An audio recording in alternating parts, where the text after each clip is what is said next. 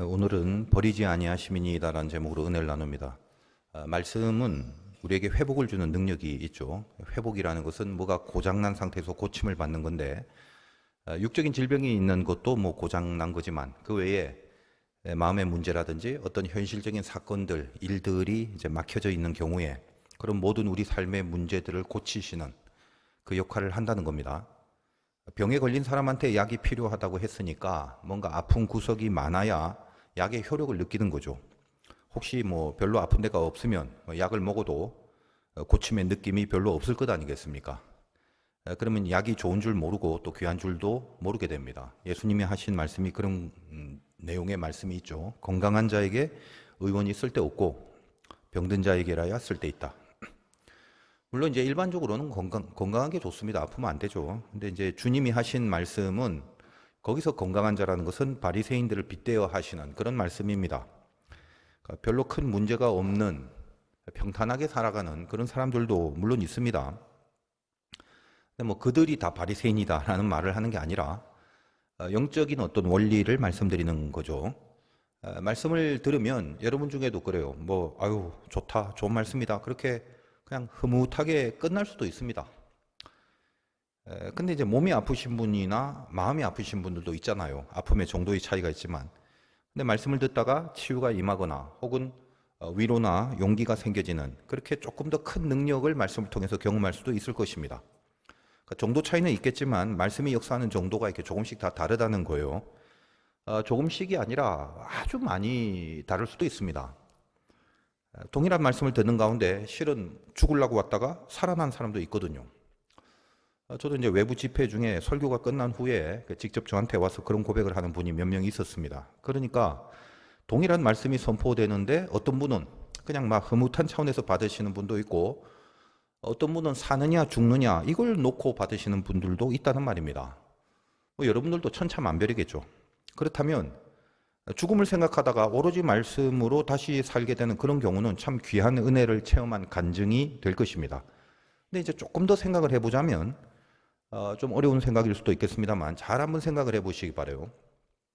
죽으려고 생각을 했는데 말씀이 들어가서 다시 살아야겠다? 그런 식의 결단과 힘이 생겨났다면 그 말씀이 어떤 용기를 주는 뭐 약이나 힘이 되는 뭐 그런 뭐 바카스 같은 그런 작용을 했을까요?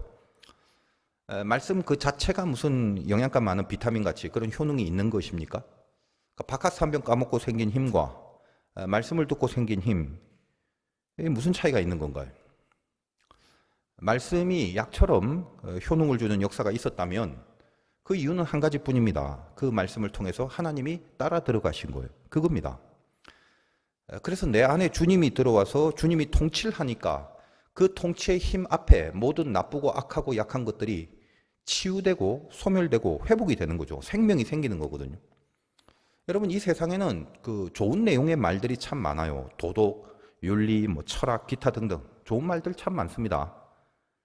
근데 그런 것들은 그냥 어떤 생각, 깨달음 이런 걸 주거나 혹은 뭐 의식을 잠깐 전환시켜 주거나 동기부여를 주거나 모르는 바를 뭐 알게 해주거나 등등 좋은 영향을 많이 줍니다만 하나님의 말씀과 다른 것이 뭔가요? 말씀은 그 내용 자체가 얼마나 좋은가 보다는 하나님이 그 말씀을 따라서 들어가신다는 점입니다. 그러므로 머리로 이해를 하거나 뭔가 이성적으로 납득이 되거나 그런 차원이 아니라 조금 극하게 말하자면 그냥 뭔 소린지도 모르는데 그것이 하나님의 말씀인 이상은 그 말씀을 따라서 주님이 들어갈 수 있더라는 말입니다. 그래서 성경은 예수님을 말씀이 육신이 되어서 우리 가운데 거하시는 분이다 이렇게 표현을 하지 않습니까? 그러니까 세상에 많은 좋은 말들이 있는데 그런 것들과 달리 하나님의 말씀은 하나님 자신이 따라 들어가는 임재의 통로가 된다라는 것을 명심하시고 말씀을 접하고 대하셔야 된다는 건데 그래서 이제 잠시 생각을 해보자면 그저 그냥 막 평탄한 삶을 살다가 말씀을 듣는 자리에 앉아 있으면 그건 나쁜 건 아닙니다만 비교적 어떤 그 간절함과 집중력이 떨어질 수 있습니다. 그냥 평탄하기만 하다면 집중력이라는 건 얼마나 잘 듣느냐가 아니라 그 말씀에 모든 결정을 걸겠다라는 간절함으로 듣는 거 이걸 말합니다. 하나님이 지금 나에게 하시는 말씀이 그냥 좋은 말이 아니라 살아계신 하나님이 나에게 지금 하시는 말씀이다. 내가 살든지 죽든지 내가 이 말씀 위에 서리라. 그런 것이 집중력이라는 거예요. 이 말씀의 궁극적인 효력은 하나님이 따라 들어가는 거라고 했죠. 그러므로 그냥 편안한 상태로 듣는 사람보다는 보다 절실하고 보다 아프고 뭔가 보다 문제가 많고 보다 간절한 그런 영혼들 안에 하나님은 더 확실하고 강하게 들어가신다는 겁니다. 그래서 우리에게 중요한 건 그 주님이 내 안에 있는 거, 그래서 나를 통치하는 거, 이게 이제 핵이죠. 그것이 우리 신앙의 결국 목표이기도 합니다. 그래서 나를 고쳐내느냐, 내 병이 치유가 되느냐, 내 문제가 풀리느냐, 그 일이 해결되느냐, 그런 점들은 주님이 내 안에 들어온 그 다음번, 그 이후에 이제 문제가 되는 거죠. 주님이 내 안에 들어오는 거, 그게 되기만 하면 그 다음은 주님이 통치하시고 또 주님이 주인이 되셔서 하나님의 방법대로 이끌어 주십니다. 그러므로 내 안에 주님이 말씀을 따라 들어온 이후에는 내가 생각하는 대로 해결이 되지 않아도 왠지 감사하고 순종하고 더 높은 주님의 뜻을 받아들이는 그런 믿음으로 반응을 하게 돼 있습니다. 나의 내면이. 근데 주님이 내 안에 없으면, 즉 이 말씀을 따라서 들어오지 못한 그런 상태에서는 내 뜻대로 되더라도 별로 감사가 없을 뿐만 아니라 교만해지고, 행여 잠깐 내 뜻대로 되지 않는다면 하나님부터 바로 원망하고 팔자 신세 타령하고 전부 환경 탓, 남 탓만 하면서 살게 돼 버립니다. 여러분이 지금 말씀을 듣고 기도하는 이 자리가 이제 그런 의미에서 보다 간절한 심령의 상태이길 바라는데, 목사님 저는 뭐 은혜 가운데 살다 보니까 별로 뭐 간절할 일도 없고 아픈 데도 별로 없고 웬만큼 그냥 다 좋습니다. 그러면 간절하지 않게 되는 거니까 그건 나쁜 건가요? 뭐 그렇게 물으시는 분들이 있을지 모르겠습니다만, 문제가 별로 없다면 일단 너무 감사한 거죠. 그러나 그렇게 문제가 별로 없는 분들이 별로 없어요. 그러니까 남들이 몰라서 그렇지 각자의 문제 속에서 씨름하고 살아갑니다. 그게 인생이에요. 그리고 더 중요한 거는 현실적으로는 별로 어려움이 없다 할지라도 영적으로는 심각한 상태가 분명히 있거든요. 그러니까 영적인 문제에 대해서는 감지를 하지 못하고 자기는 아무 문제가 없는 사람인 양 그냥 현실 속에서는 무난하다라는 이유로 그렇게 아무 문제가 없다라고 착각을 하고 살아가는 그런 사람도 꽤 많습니다. 현실은 문제가 별로 없는데 영적으로는 진짜 심각한 상태에 있다는 말이에요. 근데 그것을 문제로 여기지 않고 살아가는 그런 신자들이 많다는 말입니다.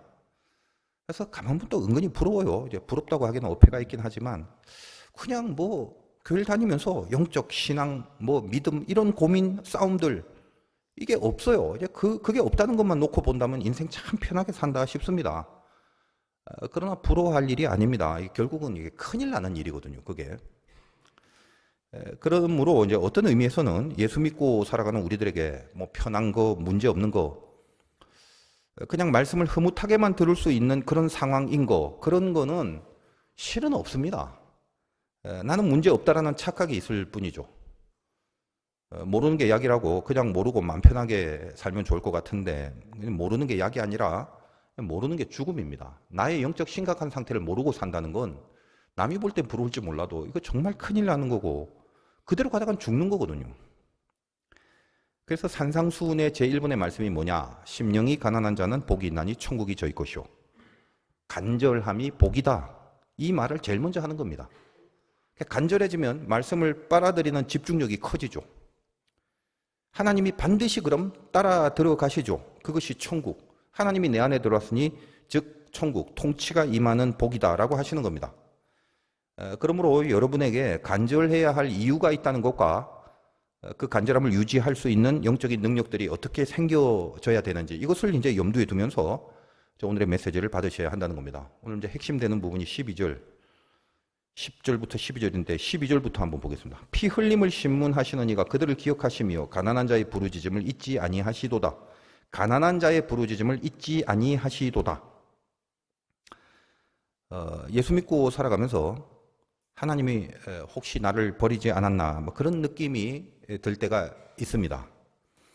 보통 이제 그 생각처럼 일이 잘 풀려지지 않을 때, 전혀 예측 밖에 그렇게 일이 잘 안 될 때 그런 생각을 하게 되거나, 그러니까 조금 더 이제 수준이 있는 사람들은 죄에 대해서 뭔가 극복이 안 될 때, 자꾸 죄와 싸우려고 하는데 이길 수가 없을 때, 그 부분이 잘 안 되는 자기 자신에 대해서 혹시 하나님이 나를 버리셨나?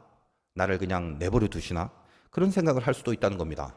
그런 고민을 하는 사람들은 꽤 수준이 있는 사람이죠. 근데 실은 뭐죠? 성경이 늘 하고 싶은 말은 하나님이 나를 버리지 않는다는 겁니다. 자, 10절 한번 보겠습니다. 여호와여 주의 이름을 아는 자는 주를 의지하오리니 이는 주를 찾는 자들을 버리지 아니하심이니이다. 오늘 이 부분을 잘 기억하시고 기도를 하시기 바라요. 실제는 어떤가 하면 여기 하나님 나를 버리지 않는다고 그랬잖아요. 실제가 뭐다? 내가 하나님을 버려놓고 생각만 하나님이 나를 버린 게 아닌가 그런 식으로 생각하는 겁니다. 인간의 죄성이라는 것이 이 영적인 분야에 있어서도 이런 식으로 드러나고 있음을 알게 됩니다. 책임을 회피하는 거죠. 내가 다 버려놓고 하나님이 버리셨다는 생각이 들게끔 자기 자신을 속이는 거라고 그렇게 볼 수 있습니다. 다윗이 쓴 시편이 참 많지 않습니까? 보통 시라는 것이 좀 슬플 때 이제 잘 적히거든요. 다윗이 사울에게 쫓겨다니는 그런 과정들 포함해서 참 파란만장한 인생을 살았지 않습니까? 슬픈 적이 얼마나 많았어요. 다윗도 인간이다 보니까 막 열받고 분노가 올라오고 그런 감정들이 왜 없었겠습니까? 시편을 여러 군데 잘 읽어보면 다윗의 멘탈 자체가 이게 참 위험하구나 하는 느낌이 들 정도로 상당히 격분해서 시편을 쓴 그런 부분도 굉장히 많습니다. 원수가 있을 때 원수를 향해서 하나님께 쟤를 빨리 얼른 죽여달라. 그 원수의 자녀를 고아가 되게 해달라. 그 원수의 자녀를 구걸하는 거지가 되게 해달라. 그 아내를 과부가 되게 만들어달라. 등등. 저는 그런 그 과격한 이 다윗의 표현을 보면서 그 다윗의 시편을 묵상하면서 성경이라는 게 이게 참 귀하다 이런 생각을 늘 하게 됩니다. 보통 종교 경전이라는 게 틀에 박히고 판에 박힌 내용들인데 성경이라는 게 참 실존적이죠. 우리들의 상태가 그대로 반영이 되는 것입니다. 원수를 보고 그런 생각을 하면서 살잖아요, 우리가. 우리의 모습 자체가 정직하게 반영되어 있는 게 성경이고 그 정직함 속에서 하나님과의 관계를 치열하게 다루어 줍니다. 그래서 성경을 레알 인생이죠. 진짜 인생이 거기 들어가 있는 거예요. 저는 그래서 이 성경의 기록을 다른 어떤 경전에 비교할 수 없는 하나님의 말씀이다라고 분명히 믿는 사람인데 성경의 인물들이 많이 나오는데 너무 괜찮기만 한 사람들만 있으면 이거 성경 읽을 때 절망이 많이 될 것 같습니다. 여러 번 말씀드렸죠. 뭐 좀 빈틈도 있고 말입니다. 좀 연약함도 느껴져야 동일하게 나도 그런데 이 인간은 나하고 비슷한 것 같은데 이걸 어떻게 극복을 했지? 뭐 그런 이 영적 궁금증이 생기게 되잖아요. 그러면 이제 일단 뭔가 배우려는 자세가 잡히게 되고 몰입을 할 수 있게 됩니다. 거기서 진짜 하나님이 하시려는 메시지를 선명히 보게 되는 법이죠. 그래서 다윗의 고백들도 이렇게 살펴보면 특성이 있어요. 밑바닥까지 가요, 일단. 바닥을 치고 거기서부터 본질로 일어나는 승리들이 늘 있거든요. 버림받은 현실, 버림받았 것처럼 느껴지는 그런 현장, 그리고 그 현장에 대해서 자기 감정들을 막 적나라하게 표현합니다. 못 해먹겠다고. 그리고 나서 거기서 다시 본질로 하나님은 누군가, 그리고 나에게 어떤 분인가. 오늘도 나를 버리지 아니하심이다라는 고백이 있기까지 막연하게 편하게 내뱉은 그런 신앙의 고백이 아닙니다. 바닥까지 가서 거기서부터 올라오는 고백이라 이 말이지. 그 점을 선명하게 붙들면서 다시 회복을 하게 하는 은혜가 늘 있다는 것입니다. 오늘 시편 9편도 제일 앞에 그 시작전 괄호에 보니까 뭇 라벤에 맞춘 노래라고 되어 있는데 이 뭇 라벤이라는 말이 말 그대로는 그 아들의 죽음이란 뜻입니다. 아마도 추측컨대 압살롬의 죽음을 전후로 해서 여러 가지 만감이 교차되는 그런 상황에서 기록된 고백이라고 생각이 듭니다.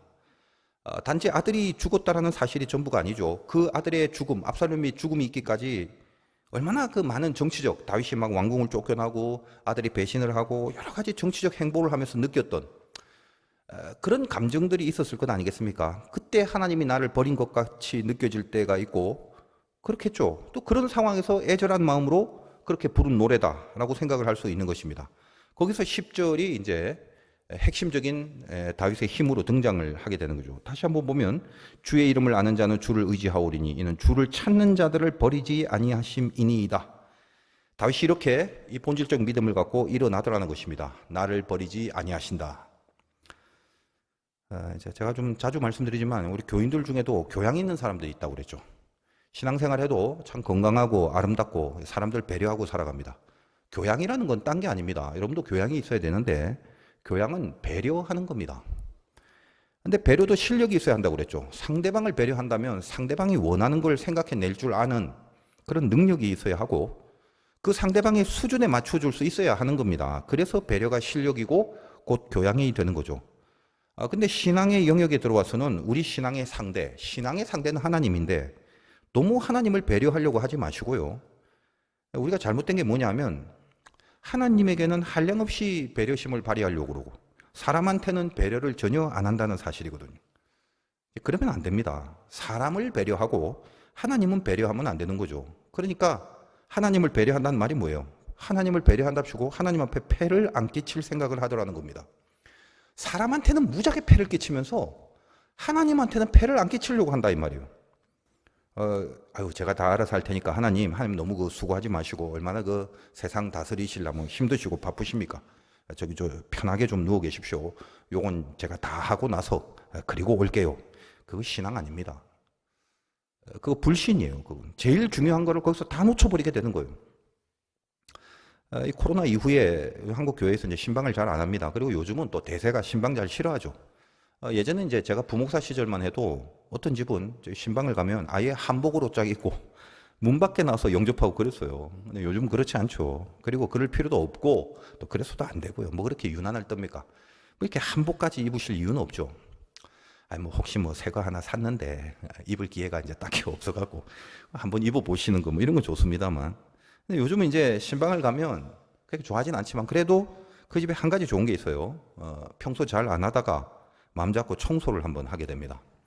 그러니까 청소 필요하신 분은 이제 신방 요청하시면 돼요. 하여간 이제 신방 가서 예배를 드리다 보면 기도하거나 말씀을 전할 때 그 집주인 본인이 드려야 되는데 목사님 대접한다고 제일 중요한 시간에 기도하고 말씀 전하고 있는데 일어나갖고 싱크대 가갖고 주전자 물 끓인 거 막 내리고 과일 깎고 그러십니다. 그러니까 대접하고 섬기는 거 그런 마음이야 너무도 감사하고 귀하지만 너무 교양이 있으신 거죠. 교양 과다죠. 그러면 제일 중요한 걸 놓치게 돼요.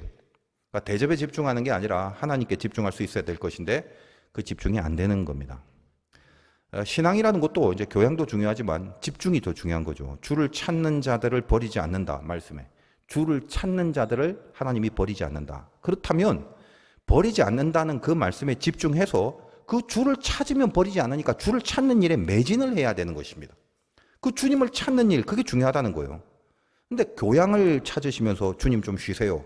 제가 귀찮게 안 해드릴게요. 그런 게 신앙이 아니단 말이죠. 주님을 찾아야 한다는 거예요. 부르고 해짓고 다니면서 어디 계시냐고 눈을 크게 뜨고 막 간절하게 그렇게 찾는 겁니다. 그렇게 찾을 때 우리에게 형성된 중요한 영성이 뭐냐? 그때 그 가난함. 그게 가난함이에요. 간절함이 그때 생긴다는 거예요. 우리가 하나님을 찾는 일에 간절하면 하나님은 우리를 버리지 아니하신다는 겁니다. 이게 오늘의 핵심 메시지죠.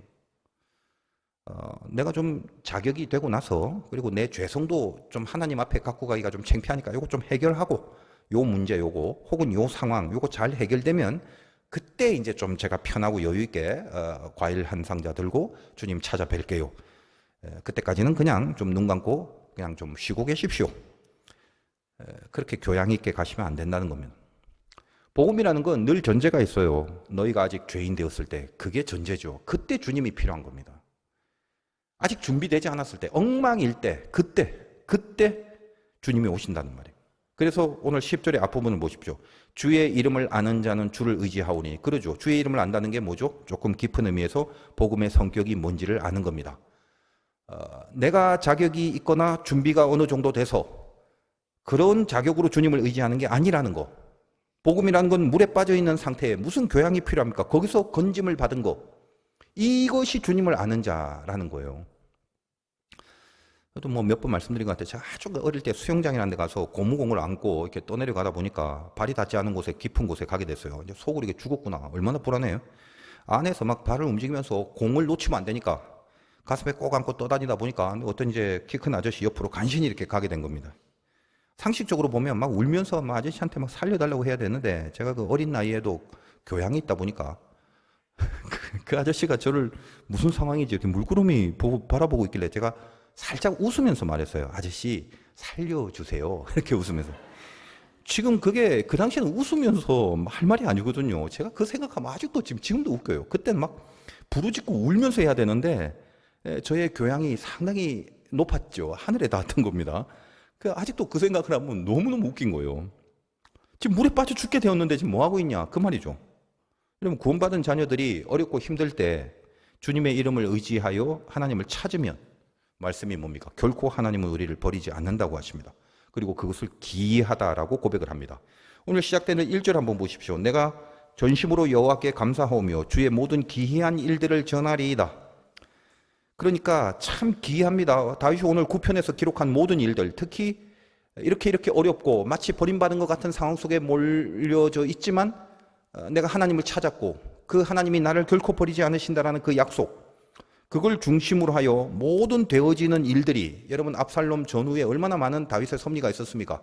오늘 그거 다 말씀드릴 수는 없고 하나님이 다시 다윗을 올려주시죠. 그 모든 되어지는 일들이 기이하다라고 평가를 하는 겁니다.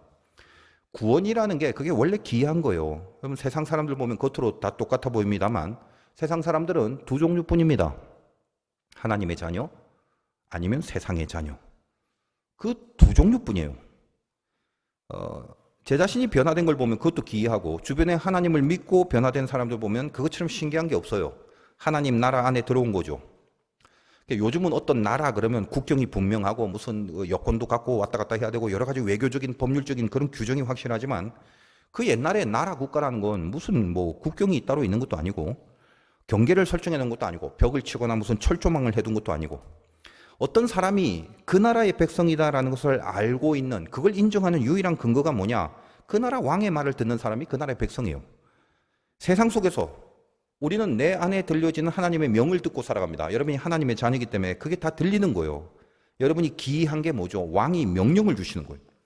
그걸 순종하냐 순종하지 않느냐 그건 자기 실력 문제고, 어떻습니까? 세상에는 없는 말들을 왕이 하시죠. 사랑해라, 용서해라, 너를 죽여라, 돕고 섬겨라, 겸손해라, 기도해라, 그거 끊어라, 그거는 해라, 그건 하지 마라. 그렇게 왕이 명을 내리는 소리를 듣는다는 거예요. 그 명을 듣는 자들이 그 나라 백성. 그게 하나님 나라의 자녀들이죠. 하나님의 소리를 듣고 귀를 기울인다는 것은 하나님이 필요하다라는 내 가난함의 증상입니다.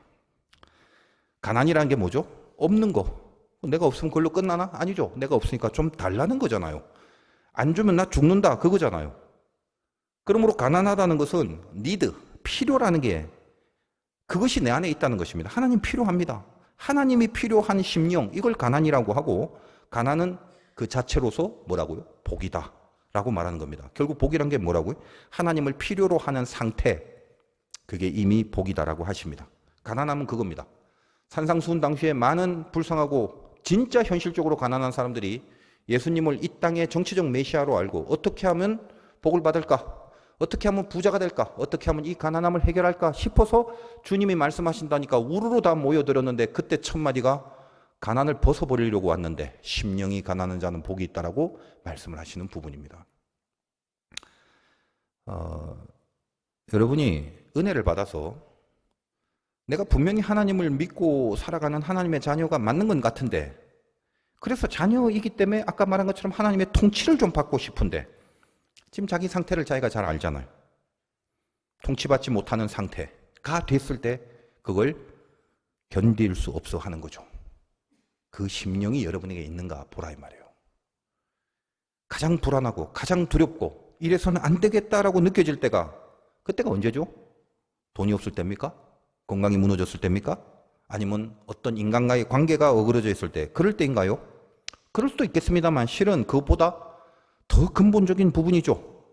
지금 내가 하나님의 통치를 간절히 하지 않는구나, 필요한데도 내 안에 간절함이 없구나라는 것을 스스로 느끼고 그런 진단이 될 때, 이거 그냥 넘어가서는 안 되는 거예요. 불안해 하셔야 됩니다.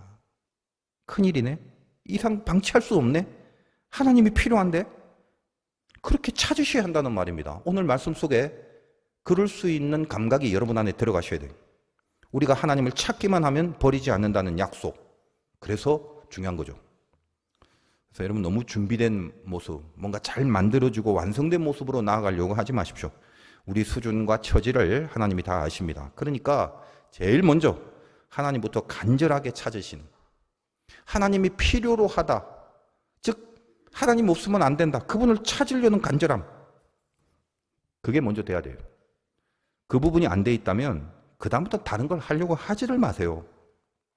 잠시 모든 것을, 복잡하고 심각한 모든 걸 좀 뒤로 하고요, 이 가난함을 위해서 먼저 기도를 하시고 그 간절함을 다시 회복시키는 그런 작업부터 하셔야 한다는 겁니다.